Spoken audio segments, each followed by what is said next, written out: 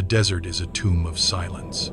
Beneath the jagged, unforgiving slopes of Mount Sinai, thousands wait in a state of breathless suspension.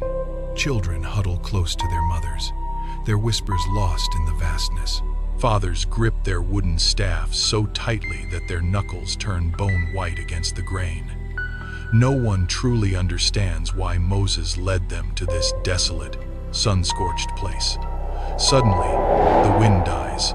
The air becomes stagnant and heavy. Birds flee, beasts whirl. Girl points skyward, her small hand trembling with a fear she cannot name. "Father, look," she gasps. Before he can offer a word of comfort, a low, primal rumble begins to vibrate through the very sand beneath their feet. The earth itself is waking up. The ground heaves like a dying beast. People lose their footing, collapsing into the dust as the world tilts. Fathers shield their children with their own bodies, bracing for the unknown. Then, the sky fractures. Lightning, violent and jagged, tears through the clouds. The mountain peak erupts in a terrifying pillar of fire. Smoke billows upward in thick, suffocating plumes that choke the very horizon. A man screams in terror. "It is burning!" Another cries out for everyone to run, but no one moves. They are paralyzed by a sound that pierces the soul, a trumpet blast, played by no human hand. It blares once, twice, then a third time, growing louder and more deafening with every note. Heartbeats race against the rhythm of the thunder. Faces turn ash gray in the flickering light of the flames. Then, a voice rolls down from the peak. It is not the voice of Moses, nor the chant of a priest. It is a sound that belongs to the mountain, to the stars, to the Creator himself. The crowd freezes. 3 months ago, these people walked through the parted Red Sea, watching the waters crush the pride of Pharaoh. They thought they had seen the greatest miracle possible. They were wrong. As Moses walks toward the devouring fire, Joshua watches him vanish into the thick smoke. The elders stand paralyzed.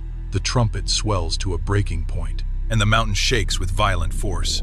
The voice speaks again, "I am the Lord your God." Each word strikes the valley like a hammer against an anvil.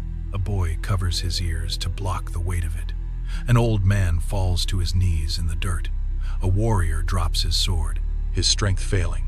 The voice begins to list the eternal laws. No idols, no murder, no theft, no lies. Every command carries the crushing weight of eternity.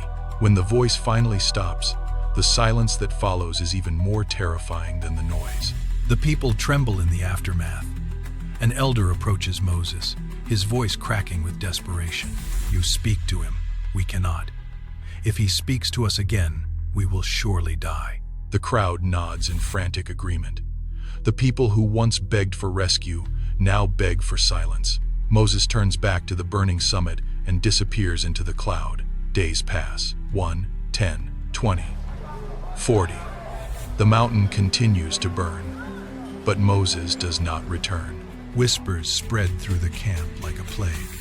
"He is dead," they mutter. "God has abandoned us in this wasteland." Fear turns to doubt, and doubt curdles into panic. They surround Aaron, demanding, "Make us gods to lead us." Aaron hesitates, then gives in to the pressure. "Bring me your gold," he commands. Bracelets, earrings, and necklaces are cast into the furnace. Soon, a golden calf glitters mockingly in the sun. Music erupts. The people dance in a frenzy of rebellion. The nation that heard the voice of the Creator now bows to a statue of their own making. High above, God turns to Moses. "Go down. Your people have corrupted themselves." Moses descends, the smoke parting before him. He hears the music and sees the dancing, and his eyes sharpen with a righteous anger. He lifts the heavy stone tablets and hurls them against the rocks. They shatter, just as the covenant has been broken. Yet, the miracle remains. The Creator descended to dwell among the unworthy. Centuries later, God came down once more. Not on a mountain of fire, but on a hill of suffering called Calvary. He was not surrounded by thunder, but by the sound of nails. He replaced the stone commandments with a promise of grace written on the heart. Sinai revealed his holiness, making humanity retreat in fear. Calvary revealed his love, inviting them to come home. The law showed us the way, but grace gave us the life. From the fire to the cross, the story of God is the story of a father reaching for his children.